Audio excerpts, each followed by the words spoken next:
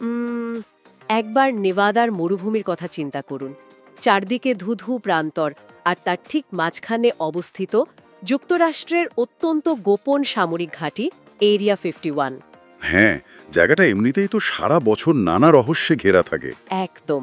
কিন্তু গত ২৪ থেকে ৪৮ ঘন্টার মধ্যে সেখানে হঠাৎ করেই একটা অদ্ভুত ঘটনা ঘটেছে। ঘাঁটির ঠিক নিচ থেকে প্রায় ৪.৪ মাত্রার ১৭টি ভূমিকম্প রেকর্ড করা হয়েছে। ১৭টি? মানে এত কম সময়ের মধ্যে? হ্যাঁ, অবিশ্বাস্য হলেও সত্যি। আর আজকের এই গভীর বিশ্লেষণে আমরা এই রহস্যের একেবারে গভীরে যাওয়ার চেষ্টা করব। এই কম্পনগুলো কি স্রেফ প্রকৃতির খেয়াল, নাকি আন্তর্জাতিক উত্তেজনার এই চরম মুহূর্তে এর আড়ালে লুকিয়ে আছে কোনো গোপন সামরিক অস্ত্রের পরীক্ষা? আসলে ভূতাত্ত্বিক বা সিসমিক ডেটাগুলো কিন্তু এখানে খুব চমৎকার একটা গল্প বলছে। মানে প্রাকৃতিক ভূমিকম্প সাধারণত মাটির অনেক গভীরে তৈরি হয়, তাই না? হ্যাঁ, আর এর তো একটা নির্দিষ্ট তরঙ্গ থাকে। প্রথমে হালকা কাঁপুনি, তারপর মূল ধাক্কা। ঠিক বলেছেন। কিন্তু ভূগর্ভস্থ পারমাণবিক বা কোনো শক্তিশালী বোমার বিস্ফোরণের ক্ষেত্রে তরঙ্গটা হয় একদম আলাদা। কোনো পূর্বাভাস ছাড়াই হঠাৎ এবং তীব্র। ও, তার মানে আপনি বলতে চাইছেন যে হ্যাঁ, সবচেয়ে বড় কথা হলো এই ১৭টি কম্পনের কেন্দ্রস্থল মাটির খুব কাছাকাছি, আর একেবারে ওই গোপন ঘাঁটির মূল স্থাপনার ঠিক নিচে। এটা কোনোভাবেই স্বাভাবিক ভূতাত্ত্বিক ঘটনা মনে হচ্ছে না। বুঝতে পারছি। আর ঠিক এই সময়েই নিউ স্টার চুক্তির মেয়াদ শেষ হয়ে যাওয়ার বিষয়টা কিন্তু মানে খুব ইন্টারেস্টিং। একদম। নিউজটার তো মূলত যুক্তরাষ্ট্র আর রাশিয়ার মধ্যে পারমাণবিক অস্ত্র সীমিত রাখার একটা আইনি বাঁধন ছিল। ঠিক। এখন যেহেতু সেই চুক্তি আর কার্যকর নেই, তার মানে আমেরিকার সামনে নতুন করে পারমাণবিক বা অত্যাধুনিক অস্ত্রের পরীক্ষা চালানোর ক্ষেত্রে কোনো আইনি বাধাও নেই। তবে ইন্টারনেটে তো আরও অনেক গুজব উঠছে, তাই না? হ্যাঁ, হ্যাঁ। যেমন ধরুন, প্রেসিডেন্ট ট্রাম্পের ইউএফও ফাইল প্রকাশের ঘোষণার পরপরই নাকি ওখানকার আকাশে আগুনের গোলা দেখা গেছে। আর ওই যে কয়েকজন নামদাদা বিজ্ঞানী নাকি নিখোঁজ হয়ে গেছেন। মানে সত্যি বলতে, এই নিখোঁজ বিজ্ঞানীদের গল্পটা আমার কাছে স্রেফ সোশ্যাল মিডিয়ার আতঙ্ক মনে হয়। আমি বরং মাটির নিচের ওই সিসমিক ডেটাগুলো নিয়ে বেশি আগ্রহী। আমি আপনার সাথে পুরোপুরি একমত। গুজবগুলো আসলে মূল ঘটনা থেকে আমাদের মনোযোগ সরিয়ে দেয়। এরিয়া 51-এর ইতিহাস ঘাটলে দেখবেন স্নায়ুযুদ্ধের সময় ঠিক এই ঘাঁটিতেই ইউটিউব বা ব্ল্যাকবার্ডের মতো গুপ্তচর বিমানগুলোর পরীক্ষা হয়েছিল। হ্যাঁ, ওই বিমানগুলো তো মাটি থেকে ৭০,০০০ ফুট ওপরে উঠত। ঠিক। আর শব্দের চেয়ে ৩ গুণ বেগে উঠত। তখন সাধারণ মানুষ আকাশে ওরকম অদ্ভুত গড়নের কিছু দেখে সেগুলোকে মানে ভিন গ্রহের যান বা ইউএফও ভেবে নিত। হাহা, এটা খুব সাধারণ একটা মনস্তত্ত্ব। তাই বর্তমানে আকাশে যে আলোর ঝলকানি বা মাটির নিচের ওই কম্পনগুলো দেখা যাচ্ছে, সেগুলো কোনো অতিপ্রাকৃত ঘটনা নয়, বরং এগুলো নিশ্চিতভাবেই আমেরিকার পরবর্তী প্রজন্মের কোনো গোপন সামরিক প্রযুক্তির মহড়া। তার মানে ব্যাপারটা অনেকটা পোকার খেলার মতো।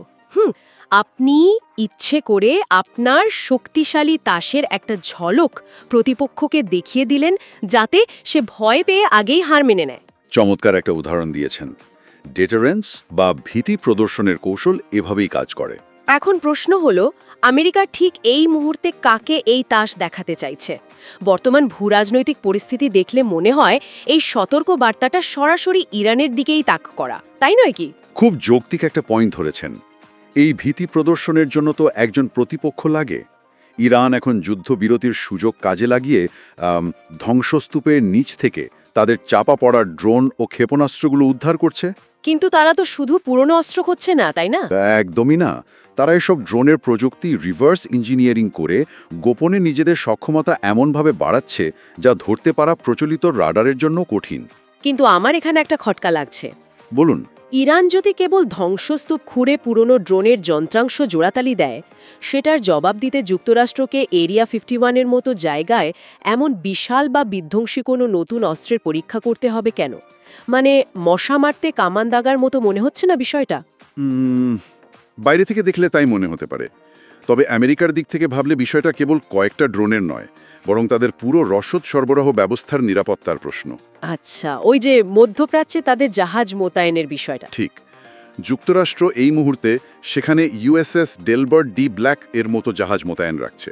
এটি তো কোনো সাধারণ নৌযান নয়, ভাসমান রাডার ও মিসাইলের এক দুর্ভেদ্য দুর্গ। আর এই উপস্থিতি বজায় রাখতে তো আমেরিকার ইতোমধ্যে প্রায় $25 বিলিয়ন খরচ হয়ে গেছে। হ্যাঁ, একদিকে প্রেসিডেন্ট ট্রাম্প ইরানি বন্দরগুলোতে নৌ অবরোধ দিয়ে তেহরানকে চুক্তির জন্য চাপ দিচ্ছেন।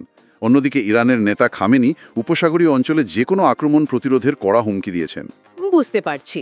অর্থাৎ মধ্যপ্রাচ্যের মতো জায়গায় বিলিয়ন বিলিয়ন ডলারের বিনিয়োগ আর বিশ্ব বাণিজ্যের রুটগুলো সুরক্ষিত রাখতে হলে আমেরিকার এমন একটা শক্তি জানান দিতে হবে যা দেখলে প্রতিপক্ষ আক্রমণ করার চিন্তাও মাথায় আনবে না। একদম তাই। কোনো পক্ষ এখানে এক চুলও ছাড় দিতে রাজি নয়। আর এই বিষয়টা তো আমাদের সাধারণ জীবন থেকেও খুব একটা দূরে নয়। এই শক্তির লড়াইয়ের ওপরই নির্ভর করছে বিশ্ববাজারে তেলের দাম এবং ভবিষ্যৎ অর্থনীতি। ঠিক, মাটির ওপরের রাজনীতি যখন উত্তপ্ত থাকে তখন মাটির নিচের এই প্রস্তুতিগুলোই নির্ধারণ করে দেয় ভবিষ্যতের সম্ভাব্য যে কোনো সংঘাতের গতি প্রকৃতি। সত্যি তাই। এরিয়া 51-এর অতীত ইতিহাস আমাদের বারবার একটা কথাই মনে করিয়ে দেয়, আজকের দিনে যেটা আমাদের কাছে স্রেফ রহস্য, আগামীকালের পৃথিবীতে সেটাই হয়ে ওঠে ভয়ঙ্কর সামরিক বাস্তবতা। খুব গভীর একটা কথা বলেছেন। তাহলে আজকের এই আলোচনা শেষে আমাদের একটা বিষয় নিয়েই ভাবতে হবে। নেভাডার মরুভূমিতে মাটির নিচে যে তীব্র ভূকম্পনগুলো আজ তৈরি হচ্ছে, সেগুলো আগামী 1 দশকের যুদ্ধ কৌশল ও প্রযুক্তির কী নতুন ইঙ্গিত দিচ্ছে? সেই রহস্যের বাক্সটা যখন সবার সামনে খুলবে, তখন পৃথিবীর চেহারাটা ঠিক কেমন হবে? এটা সত্যিই আমাদের ভাবায়।